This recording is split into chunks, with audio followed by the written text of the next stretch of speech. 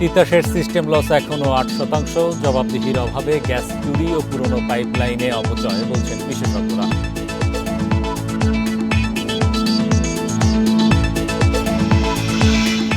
ছয় খাতে বিনিয়োগ হবে সর্বজনীন পেনশন তহবিল। একক কোনো খাতে যাবে না 25%-এর বেশি, বিধিমালা জারি।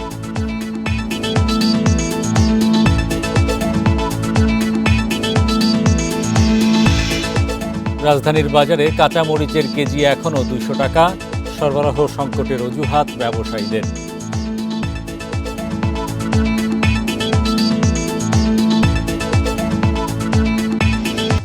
আমন্ত্রণ অর্থনীতি সারাদিনে আপনাদের সাথে আছি হরি সাহা। শুনছিলেন শিরোনাম, এবার জানাবো বিস্তারিত। গ্যাস বিপণনকারী প্রতিষ্ঠান তিতাসের সিস্টেম লস এখনও প্রায় 8%। শিল্প ও আবাসিক সংযোগে চুরি আর পুরানো পাইপলাইনে এ অপচয় হচ্ছে। বিশেষজ্ঞদের মতে জবাবদিহি না থাকায় রাষ্ট্রীয় মূল্যবান সম্পদের পুরো সুফল মিলছে না। যদিও পেট্রোবাংলার দাবি, সিস্টেম লস শনাক্তে সঞ্চালন লাইন ও এলাকা ভিত্তিক বিতরণ পয়েন্টে মিটার বসেছে। ঢাকা, নারায়ণগঞ্জ, ময়মনসিংহ সহ দেশের বিভিন্ন এলাকায় 13,500 কিলোমিটার পাইপলাইনে গ্যাস বিতরণ করে তিতাস। তাদের প্রায় 29 লাখ গ্রাহকের 28.5 লাখই আবাসিক। বাকিগুলো শিল্প, বাণিজ্য, বিদ্যুৎ কেন্দ্র, সার কারখানা, সিএনজি স্টেশন ও অন্যান্য সংযোগ। দিনে প্রায় 1,800 মিলিয়ন ঘনফুট গ্যাস বিতরণ করে তিতাস, যার 6 থেকে 8 ভাগই সিস্টেম লস। এ গ্যাসে প্রায় 900 মেগাওয়াট বিদ্যুৎ উৎপাদন সম্ভব। বিশেষজ্ঞরা বলছেন, এনার্জি রেগুলেটরি কমিশনের শুনানি বন্ধ করায় জবাবদিহিতা নেই তিতাসের, যদিও তা মানতে নারাজ পেট্রোবাংলা। এটা হচ্ছে যে হোল তিতাস সিস্টেমের মধ্যে ভুল, এবং তিতাস শুধু সিস্টেম না, এটা কিন্তু একের উপরে পর্যন্ত। তারা এতখানি সাহস দেখায় বিকজ তাদের পিছনে বিশাল ক্ষমতা। তাদের এই সিস্টেম লস ধরতে যেয়ে আজকে বার্কের ক্ষমতাটাকে কমায় দেওয়া হয়েছে। কোম্পানি তো মেপে নেবেই জিটিসিএল এর কাছ থেকে, কোম্পানি আবার জোনে ভাগ করে দেবে, জোনকে আর উপজোনে ভাগ করবে। প্রত্যেক জায়গায় মিটার থাকবে, জিএম ডিজিএম ম্যানেজার প্রত্যেকে লায়াবল হতে হবে কোনটা কোথায় কতটা আছে। আমি তো সিস্টেম দাঁড় করিয়েছি।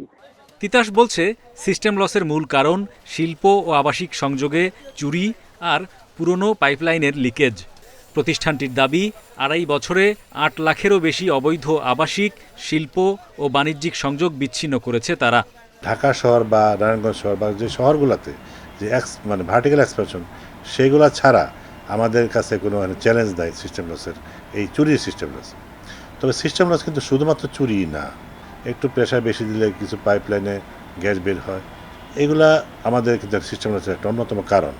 পুঁজিবাজারে তালিকাভুক্ত প্রতিষ্ঠান তিতাস গ্যাস টানা 5 অর্থবছর মুনাফা করলেও গত অর্থবছরের প্রথম 9 মাসে শেয়ার প্রতি লোকসান করেছে 1 টাকা 67 পয়সা। Hari Saha, independent News, Dhaka. সর্বজনীন পেনশন স্কিমের টাকা কোথায় বিনিয়োগ করা হবে তা নিয়ে সুনির্দিষ্ট বিধিমালা জারি করেছে অর্থ মন্ত্রণালয়। পেনশন তহবিলে জমা হওয়া অর্থ বিনিয়োগ করা হবে সরকারি ট্রেজারি বন্ড, বিল, সুকুক সহ 6টি খাতে। এ তহবিল ব্যবস্থাপনায় থাকবে 8 সদস্যের কমিটি। চালুর প্রায় 11 মাস পর রোববার সর্বজনীন পেনশন স্কিমের তহবিল বিধিমালা জারি করে অর্থ মন্ত্রণালয়। 6টি কম ঝুঁকিপূর্ণ খাত চিহ্নিত করে এ অর্থ বিনিয়োগ করা হবে বলে জানানো হয়।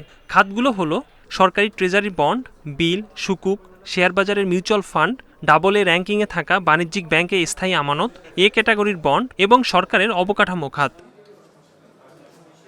পেনশন স্কিমের অর্থ বেসরকারি কোম্পানি ও বিদেশে বিনিয়োগ করা যাবে না। একক খাত হিসাবে 25%-এর বেশি বিনিয়োগের সুযোগ থাকছে না। এই তহবিল ব্যবস্থাপনার জন্য জাতীয় পেনশন কর্তৃপক্ষ একটি ব্যবস্থাপনা কমিটি গঠন করবে। পেনশন ফান্ড ম্যানেজমেন্টের কোনো পরিচালন ব্যয় চাঁদাদাতাদের বা জমাকারীদের কাছ থেকে নেওয়া হচ্ছে না। এটা কিন্তু সরকারের একটি যুগান্তকারী পদক্ষেপ। সংবিধিবদ্ধ প্রতিষ্ঠান কর্তৃক এই পেনশন স্কিম চালু করা হচ্ছে, এটি রাষ্ট্রীয় গ্যারান্টিযুক্ত। ফলে এটিতে কোনো অবস্থায় কারো মধ্যে সংশয় বা দ্বিধার সৃষ্টি হওয়ার কারণ নেই। কমিটি সিকিউরিটিজের সম্ভাব্য মুনাফা ও ঝুঁকি বিশ্লেষণ করে বিনিয়োগের সুপারিশ করবে। যে কোনো ব্যবসা, অর্থ বিনিয়োগের পরিমাণ নিয়েও পরামর্শ দেবে। এদিকে সর্বজনীন পেনশন ব্যবস্থার সম্প্রসারণ ও শক্তিশালী করতে 4,000 কোটি টাকা ব্যয়ে একটি প্রকল্প শুরুর পরিকল্পনা করছে সরকার। এর আওতায় পেনশন কর্তৃপক্ষের প্রাতিষ্ঠানিক কাঠামো প্রতিষ্ঠা, প্রয়োজনীয় অবকাঠামো নির্মাণ ও কর্মকর্তাদের প্রশিক্ষণ দেয়া হবে। সর্বজনীন পেনশন স্কিমে জুলাইয়ের প্রথম সপ্তাহ পর্যন্ত নিবন্ধন করেছে ৩ লাখ মানুষ। এর মধ্যে 2,59,000ই রয়েছে সমতা স্কিমে। তহবিলে জমা হয়েছে শত কোটি টাকা। একরামুল ইসলাম, ইন্ডিপেন্ডেন্ট নিউজ, ঢাকা। রাজধানীর বাজারে কাঁচা মরিচের দাম কমলেও কেজি এখনও 200 টাকার ওপরে। ভারত থেকে আমদানি বাড়ায় প্রভাব পড়েছে দামে, তবে এখনও চড়া দামেই বিক্রি হচ্ছে সব ধরনের সবজি।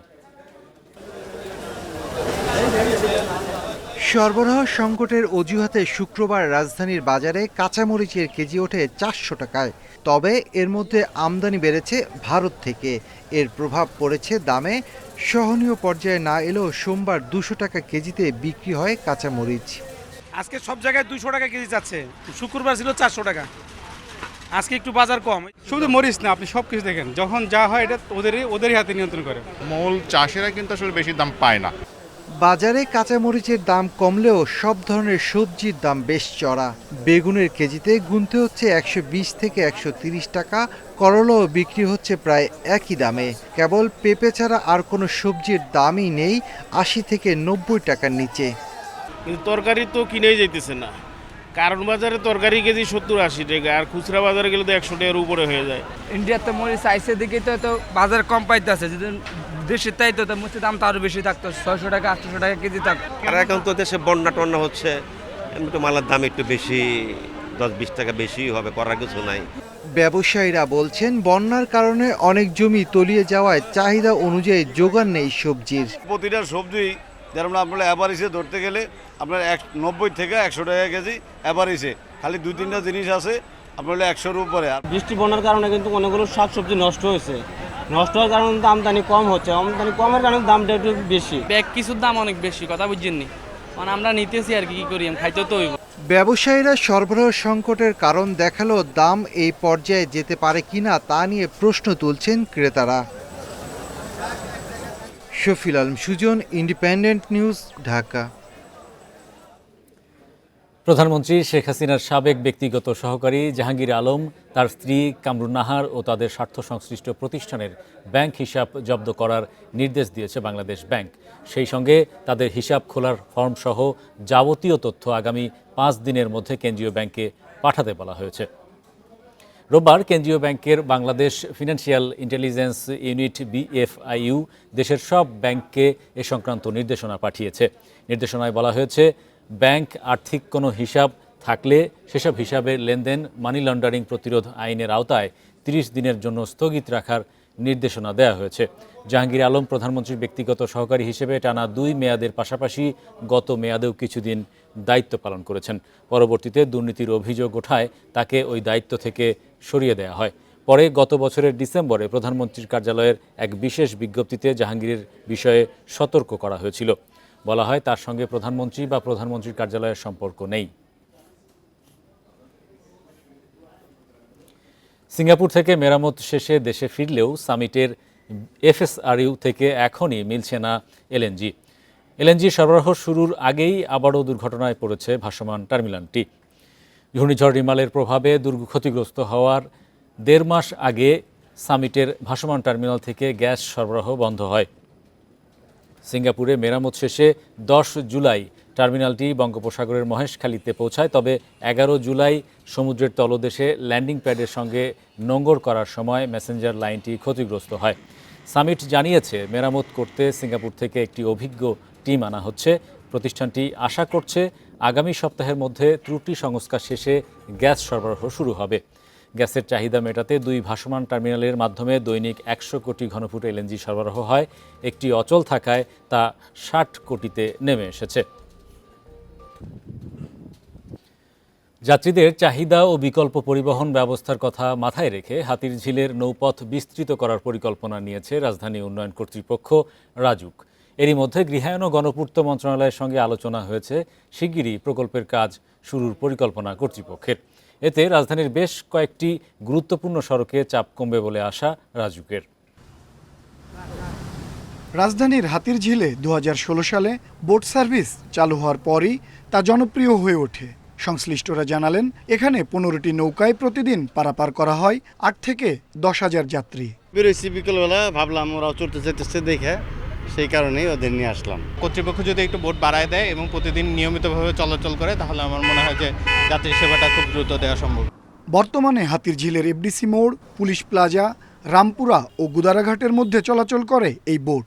সামনে তা কালাচাঁদপুর, বনানী কবরস্থান ও চেয়ারম্যান বাড়ি পর্যন্ত নেয়ার পরিকল্পনা রাজুকের। ভবিষ্যতে এখান থেকে বনানী কবরস্থান পর্যন্ত যেতে পারবে বোটে, এবং আরেকটা রুট হবে কালাচাঁদপুর পর্যন্ত। এগুলো আমরা কাজ করছি। বোট সার্ভিস বাড়াতে সংযোগ সড়কগুলোর কালভার্ট ও সেতু ভেঙে নতুন করে তৈরি করা হবে। পাশাপাশি লেকের পানি বাড়ানো হবে যাতে সারা বছরই নৌ চলাচল নির্বিঘ্ন থাকে।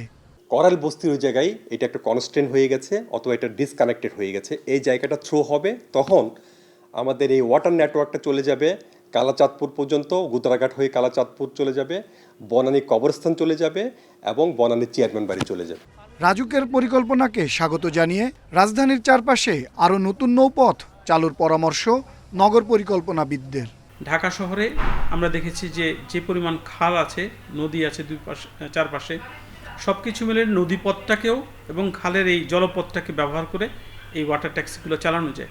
নগরবাসী তাদের সড়ক পরিবহনের পাশাপাশি আরেকটি নতুন একটি পরিবহন পাবে। হাতিরঝিলে নৌ চলাচল বাড়ানোর পাশাপাশি লেক ও আশপাশের এলাকার উন্নয়ন করা হবে, থাকবে বিনোদনের ব্যবস্থাও। আনোয়ার সাদাত নূর, ইন্ডিপেন্ডেন্ট নিউজ, ঢাকা। নতুন মজুরি বাস্তবায়নের দাবিতে সারা দেশে নিটিং ও কলার কারখানায় অনির্দিষ্টকালের কর্মবিরতি চলছে। বাংলাদেশ নিটিং ওনার্স অ্যাসোসিয়েশনের পূর্ব ঘোষণা অনুযায়ী সকাল থেকে শুরু হয় কর্মসূচি। কাল 8টা থেকে ফতুল্লার বিসিক শিল্পনগরী সহ জেলার বিভিন্ন এলাকায় অবস্থিত 4.5 শতাধিক নিটিং ও কলার কারখানায় উৎপাদন বন্ধ রাখেন প্রতিষ্ঠানগুলোর মালিক এবং অর্ধলক্ষাধিক কর্মচারীরা। তাদের দাবি, ডলারের মূল্য বৃদ্ধির কারণে আমদানি নির্ভর কাঁচামালের দাম দফায় দফায়, বিদ্যুতের বিল বাড়ানো সহ নানা কারণে খরচ বেড়েছে। এর উপর গার্মেন্টস মালিকরাও ন্যায্য মজুরি দিচ্ছেন না। এর জেরে এর মধ্যে 30% কারখানা বন্ধ হয়ে গেছে বলে দাবি তাদের। তৈরি পোশাক কারখানা মালিকরা নিটিং পণ্য ক্রয়ে নতুন মজুরি বাস্তবায়ন না করলে কর্মবিরতি চলবে বলে জানান সংশ্লিষ্টরা। চট্টগ্রাম শাহ আমানত আন্তর্জাতিক বিমানবন্দরে প্রায় 40 কোটি টাকা মূল্যের কোকেন সহ বাহামার এক নাগরিককে আটক করা হয়েছে। সকাল 10:30টায় এয়ারপোর্ট কাস্টমসে ব্যাগেজ নিতে গিয়ে আটক হন তিনি। এপিবিএনের অতিরিক্ত police super SM Mizanur Rahman জানিয়েছেন, গত 12 জুলাই ব্রাজিল থেকে দুবাই হয়ে বাংলাদেশে আসেন স্টেইলা সাতিয়ে। সে সময় তিনি কোনো লাগেজ আনেননি। সোমবার সকালে আলাদা একটি ফ্লাইটে তার লাগেজ আসলে সেটিতে তল্লাশি চালানো হয়। এ সময় 3 কেজি 900 গ্রাম কোকেন পাওয়া যায়, যার বর্তমান মূল্য প্রায় 40 কোটি টাকা। এই লাগেজটি সংগ্রহের জন্য এয়ারপোর্টে আসেন, তো ওনাকে আমরা ফলো করতে থাকি। যিনি যখন কাস্টম চ্যানেল অতিক্রম করেন তখন তাকে আমরা চ্যালেঞ্জ করি এবং তার লাগেজটি আমরা খুলে তার ভিতরে অবৈধ মাদকদ্রব্য কোকেন পাই। প্রায় 4 কেজি কোকেন আমরা উদ্ধার করতে পেরেছি। আমাদের এই অভিযান এখন চলমান আছে। সরকারের জাতীয় রাজস্ব বোর্ড NBR-এর SRO বাতিল দাবিতে ঢাকা কাস্টমস হাউসে রোববার থেকে কর্মবিরতিতে C&F-এর কর্মকর্তা কর্মচারীরা। এ কারণে সকাল থেকে হজরত শাহজালাল বিমানবন্দরে কার্গো থেকে পণ্য খালাস বন্ধ রয়েছে। C&F কর্মকর্তা কর্মচারীরা জানান, আগে C&F কর্মীরা মালামাল খালাস করতেন, কিন্তু NBR-এর নতুন SRO জারি হলে কুরিয়ার সার্ভিসের মাধ্যমে পণ্য খালাস করা হচ্ছে। এর মাধ্যমে অনৈতিক সুবিধা আদায়ের অভিযোগ তাদের। SRO এবং আইন বাতিলের দাবিতে অনির্দিষ্টকালের জন্য এই কর্মবিরতির ঘোষণা তাদের। শাহজালাল বিমানবন্দরে আমদানি পণ্যের শুল্কায়ন করে প্রতিদিন প্রায় 30 কোটি টাকার রাজস্ব পায় সরকার। তবে C&F এজেন্টদের কর্মবিরতির কারণে রোববার কোনো রাজস্ব আদায় হয়নি। কর্মবিরতির কারণে কাস্টম হাউসে কাউকে প্রবেশও করতে দেননি C&F এজেন্টরা। আমরা কাজ করে খেতে চাই, আপনি হঠাৎ করে 8,000 লোককে বেকার করে দিয়ে 29 জন লোকের হাতে এই জিনিস দিবেন, এর পিছনে কারণ কি? আপনারা তো অতি উৎসাহ হওয়ার পিছনে কারণ কি? নিশ্চয় এর পিছনে কোনো কারণ আছে। কারণ আমার কথা হলো এই কারণে 207 বাতিল করতে হবে। 82 ধারার আমদানিকারকের দায় C&F নিবে না। আমাদের যিনি হেড অফিস, সেখানে আমরা জানিয়েছি এটি সরকারের একটি আইন এবং একটি বাস্তবায়নের জন্য আমরা ফিল্ড অফিস আমরা সেই অনুযায়ী কাজ করছি। তারা হয়তো মনে করছেন যে এটি আসলে তাদের জন্য সমস্যা, কিন্তু এটি আসলে রাষ্ট্র এবং জনগণের জন্য সুবিধা। তো তারপরেও তাদের সাথে আমরা কথা বলেছি এবং বলেছি যে আমরা যথাযথ কর্তৃপক্ষের কাছে এটিকে আমরা প্রেরণ করব। গ্রামীণ টেলিকমের প্রায় ২৬ কোটি টাকা আত্মসাৎ মামলায় ডক্টর ইউনূস সহ ১৪ জনের বিরুদ্ধে সাক্ষ্য গ্রহণ হবে ৫ আগস্ট। সকালে ঢাকার বিশেষ জজ আদালতের বিচারক মোহাম্মদ রবিউল আলম এদিন ধার্য করেন। এর আগে সকাল ১১টার দিকে আদালত চত্বরে হাজির হন ডক্টর ইউনূস। পরে ডক্টর ইউনূসের পক্ষে সাক্ষ্য গ্রহণের দিন পেছানোর আবেদন করেন তার আইনজীবী ব্যারিস্টার আবদুল্লাহ আল মামুন। গত ১২ জুন ডক্টর ইউনূস সহ ১৪ জনের বিরুদ্ধে চার্জ গঠন করে আনুষ্ঠানিক বিচার শুরুর আদেশ দেন বিচারক। এর আগে গত ২ এপ্রিল ঢাকার সিনিয়র বিশেষ জজ আসামস জগলুল হোসেন দুদকের দেয়া চার্জশিট আমলে নিয়ে মামলাটি বিশেষ জজ আদালত ৪-এ পাঠান।